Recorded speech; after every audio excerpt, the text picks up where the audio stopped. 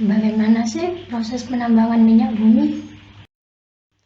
Yang pertama yaitu ada seismik, yaitu merupakan proses mencari tempat yang memiliki kandungan gas atau minyak bumi dengan menggunakan gelombang akustik yang merambat ke lapisan tanah. Dari proses perambatan gelombang ini akan diolah dan dilihatkan lapisan-lapisan tanah untuk diolah manakah lapisan yang berpotensi mengandung gas atau oil.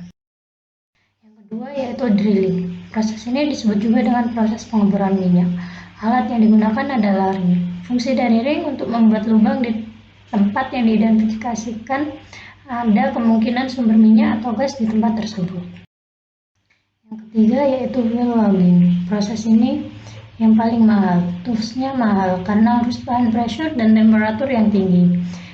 Di samping mematahkan lapisan tanah, proses ini juga mengambil sampel untuk nantinya dicek kandungannya. Minyak, gas, atau cuma air. Dari sini ketahuan lapisan tanah dan bebatuan. Mana yang mengandung air, mana yang gas, dan lapisan tanah mana yang mungkin ada kandungan minyaknya. Yang keempat yaitu well testing. Proses di mana lapisan yang diperkirakan mengandung oil atau gas ditembak dengan eksplosif. Setelah itu minyak yang terkandung di antara pori-pori bebatuan akan mengalir menuju tempat pressure yang lebih kecil. Yang kelima yaitu well completion.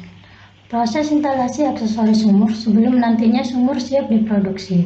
Fungsi utamanya adalah menyaring pasir yang dihasilkan setelah proses penembakan dalam well testing. Produksi, di mana sumur siap berproduksi dan nantinya akan diolah lagi ke tempat penyulingan untuk diolah dalam berbagai bentuk.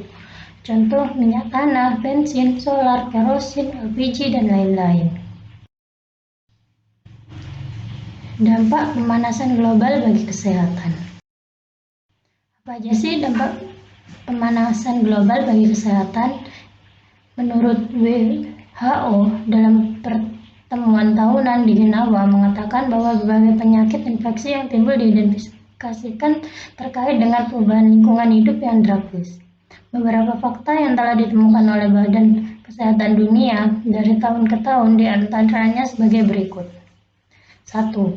Malnutrisi mengakibatkan kematian 3,7 juta jiwa per tahun. Diare mengakibatkan kematian 1,9 juta jiwa dan malaria mengakibatkan kematian 0,9 juta jiwa. 2. Kekeringan mengakibatkan penurunan status gizi masyarakat karena panen yang terganggu.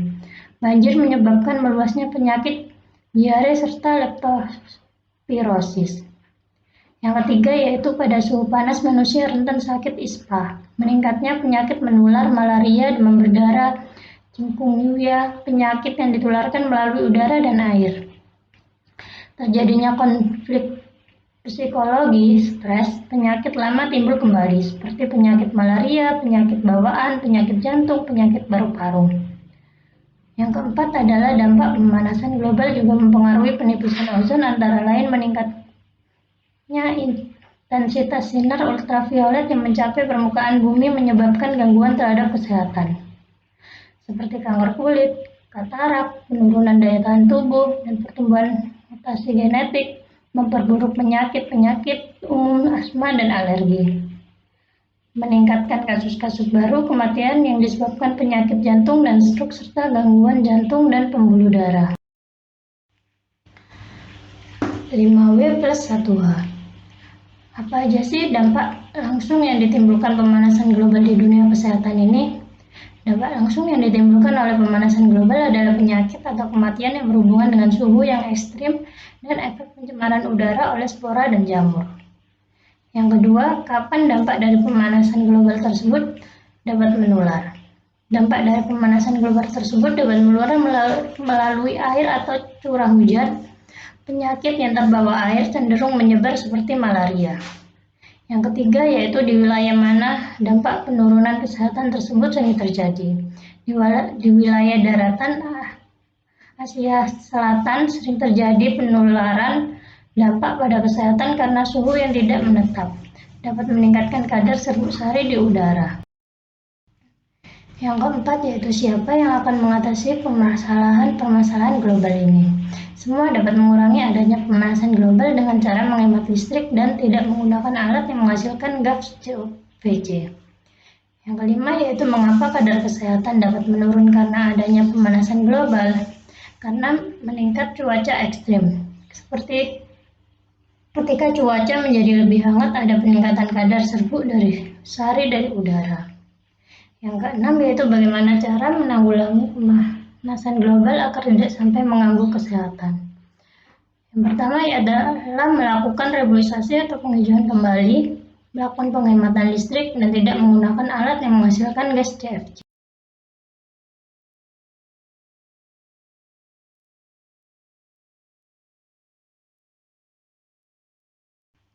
Konsumsi pada sektor rumah tangga selama kebijakan social distancing, bekerja dari rumah, dan kuliah daring di tengah pandemi virus corona, pengguna gas rumah tangga ada peningkatan sebesar 11,19% pada konsumsi bulanan untuk angka 150.000 ke atas per bulan, dan pada listrik meningkat 6% untuk konsumsi listrik di atas 500.000 per bulan.